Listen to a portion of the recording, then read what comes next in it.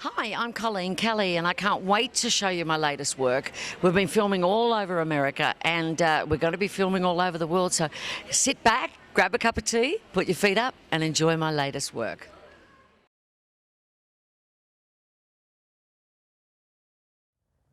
So here we are today at Jennifer Krogler's beautiful property here in Sorrento in Florida, and it's winter up in Chicago and the storms are flying up there, so we've come down here to get out of the snow and to meet some people down here and have a look at some of the riding issues down here. Now we're about to meet Jennifer, and Jennifer told me before that she'd really like to work on her hands, and I've got many ways of solving hand issues.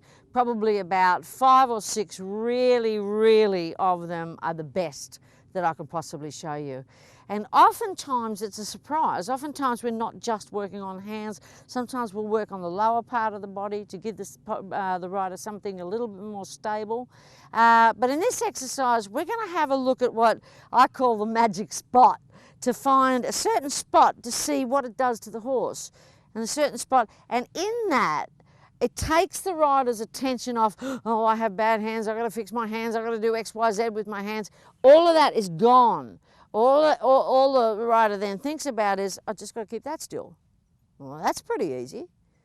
Now I've got to keep that still. Now I've got to add in this one later on, right? And eventually you keep them both still and it builds and builds and builds. So let's go and have a look at a really cool short session that I call the magic spot. I think that's what the army teaches you, is rhythm. What the police forces teach you is rhythm. Rhythm. Because while you and I are thinking, number 1, don't die, number 2, don't die, number 3, let's get control, number 4, do I still look halfway decent, right? What we should be thinking of is 1, 2, 1, 2, no matter what, 1, 2, 1, 2. Because, you know, the dressage lot are military, right? It comes from the army. And they need to wake up their horses at 5 o'clock one morning unexpected and just go to war, right? And the horse has to be with all the other horses. You can't run in front of the other horses or get lagged behind.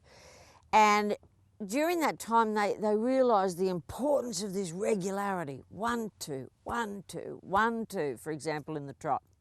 And how precious it is and how hard it is to do, right? And how the horses will argue against it, going, oh, look over there, I don't want to do 1, 2, 1, 2, all this kind of stuff, right? So what I'm going to do is ask you just to do a couple of trot circles here for me, and we're going to just become more aware of your hands. Right? You might want to think you've got big expensive rings on, or flippy rings or bangles or something.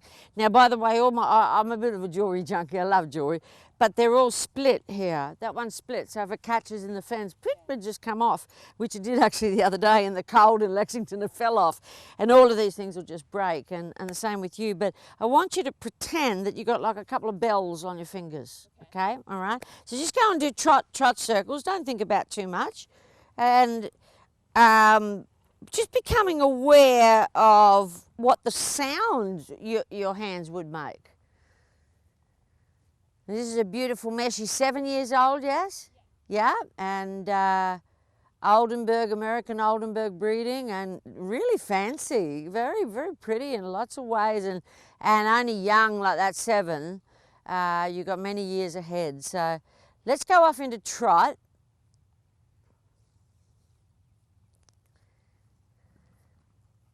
Overachiever.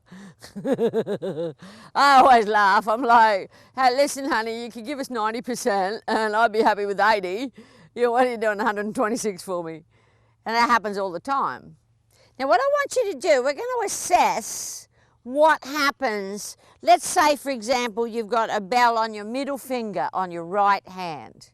And what I want you to do is I want you to put that somewhere that's still, on the wither, or on your leg, or on the saddle, or something or another, for about 2 laps. And just plant that bell on the, just gentle, just like that, and just leave it there. Very quiet. Just all you're doing is concentrating on that middle finger and that bell. And you might want to hang on to something. Some of the bigger horses are hard. Tuck a finger under something. So long as you're safe, don't break it on me. And just observe what happens to the horse's head. Right? Now put it on some other spot, 2 or 3 inches away from that, on an exact other spot. And now what happens to the head? And yeah, it comes down. We're liking that. We're liking that. Because half of our problems on the planet is that they raise their head. Well, it's not that the nose is out, don't worry about that so much, is that it's too high. Worry about the height more than worry about the length. We'll worry about the length later. In fact, extension is good. Come and have a rest. Come and have a rest. Give her a cuddle. Give her a cuddle. With a good horse. You're not meant to like love all over your horses. I'm complete failure with that because I love all over my horses all the time. But my saint loves me, so we're a good pair. What did you observe in that? We had 2 spots, you put it here, you put it there, and there was a very different reaction in the horse's head. Well, in both situations, she got more steady. Yeah, she got more steady. My hand was steady, she was more steady. Yeah, the second spot, which was a little bit farther back and more toward my hip, she became softer and a little bit more round, not... So, we're going to do this exact same exercise on the left rein. And what I want you to do, because it's a lovely day for riding today, and it's in the middle of winter, everybody's bailing out of the snowstorms up in the north in Chicago. Do you know Chicago again is going to be colder than the North Pole? So was Lexington, Kentucky the other day. So she's got a little hair from winter. Hi, darling. She's got a little hair from winter, and see that there might be a dot here or a dot there, or the join here or the join here. And I want you to discover, if I put the rein there, what does it do? If I put the rein there, what does it do? If I put the rein there, what does it do? Okay. If I put the, now, you can only do this in trot. You mustn't ever do it in walk, you mustn't ever do it in canter, because in walk and canter you're following the movement, right, with your hand. But in trot, the horse's head's meant to be just still, right? It's not meant to move up and down. So we can plant things. Right now, it's not to say we're planning it, but it's just like almost just steady and sophisticated, just kind of cool. Can I have a little play on the other end? So we're on the left this time. Sometimes I just send people out and I just say, oh, I'll go the other way because I've forgotten which way we were going. Sometimes just up there, give her a cuddle, right? Sometimes just set up very elegant. And imagine you're the Queen of England and there are 4,227 cameras on you. And all I want you to do is just ask with your hands and just leave it there. And we're going to count to 30. 29, 28, 27, 26. Look at her thinking. 25, 24, 23, 22. Just keep her head very gentle, straight, very gentle. And just keep the little tiny, oh, well done, and get the heck out of there and give her a cuddle, well done. It's a patience game, it's like chess. Now, I have never in my life had a horse resist more than 20 seconds. Isn't that weird? Because that's what dressage says. You can't have your horse resist more than 20 seconds, otherwise you're out, they kick you out, you're eliminated. But I've never seen it happen where a horse resists the rein back from the bridle for more than 20 seconds. Now there's 5 or 6 or 7 wonderful ways to rein back. One's from the leg, one's from the hand, one's from the body, one's from being dead clever and almost shuffling the back legs backwards. I'm not real good at that. I know how it's done, but I'm still not real right at that one. One is from a breastplate around the front of the shoulders, and you pull that out a bit, and that's your preparation for riding bridleless, or a string around their neck. They're all valid rein backs in different circumstances, depending on which vertebra you want to be moving where. That was a lovely breath the horse just went, right, and licked his lip and stick his nose out. Do you know what's the #1 thing we're judging in free walk? Regularity. What an excellent answer. You're 100% right. Unbelievable how clever they are down here in Florida. Regularity. Regularity is you walk into music. Jingle bells, jingle all the way. Am I a good singer? No, what fun it is to steal the hubcaps off the sleigh. Hey, jingle bells, 1, 2, 3, 4, 1, 2, 3, 4. I'm going to give you some music to play with at home. Well, you are home in this beautiful place, Sorrento, Florida. Absolutely gorgeous. Another big breath as the horse came away from pee. Did you notice that the horse breathed at the same spot? Yeah. Right, he did it there, or she did it there, and she did it there again, twice, right? So we know we've got like some good bits going on here. So you play with that good bit. You know, that's where you might try shoulder in. That's where you, or sometimes extension, depends, you know, depends on the horse. So let's go and see this rising trot.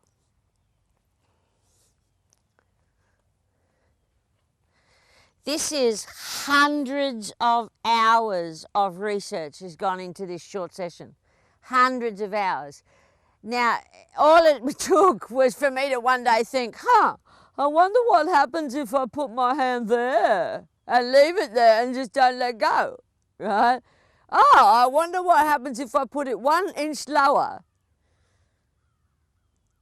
But now, you know how we're asking her to lower her head?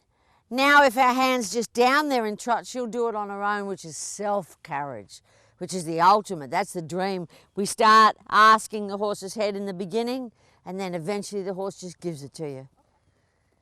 So find a spot, a lucky spot, and put the middle finger, the bell, put it on that lucky spot and plant it fairly tight.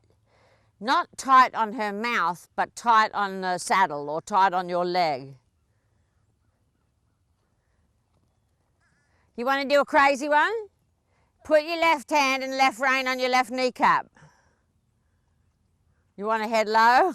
That's how to get it low. Isn't that cool? All right, now put it somewhere else.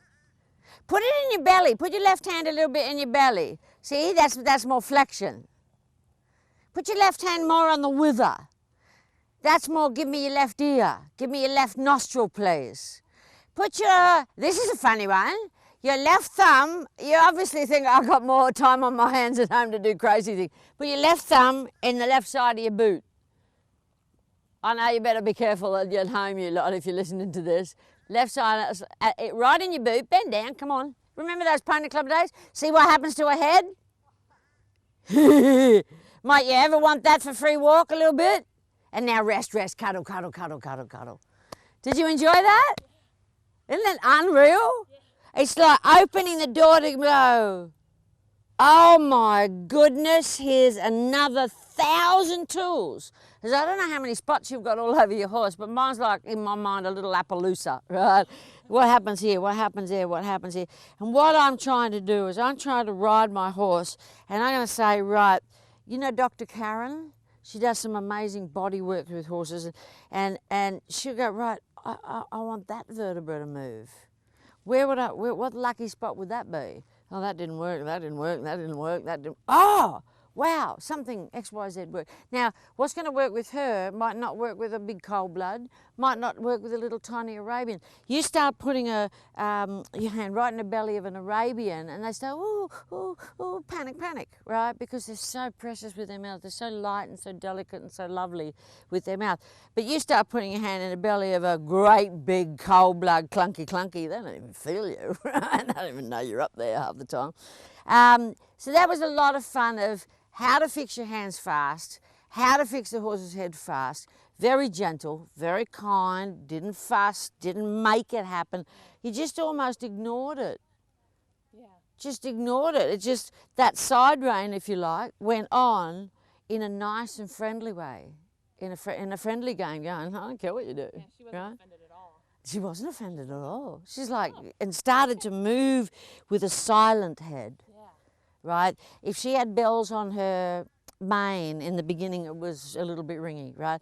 But in the end, it was started to be silent, and how fast it was, right? You just had to change the horse, quick as lightning. All right, well, thank you. That was a lot of fun.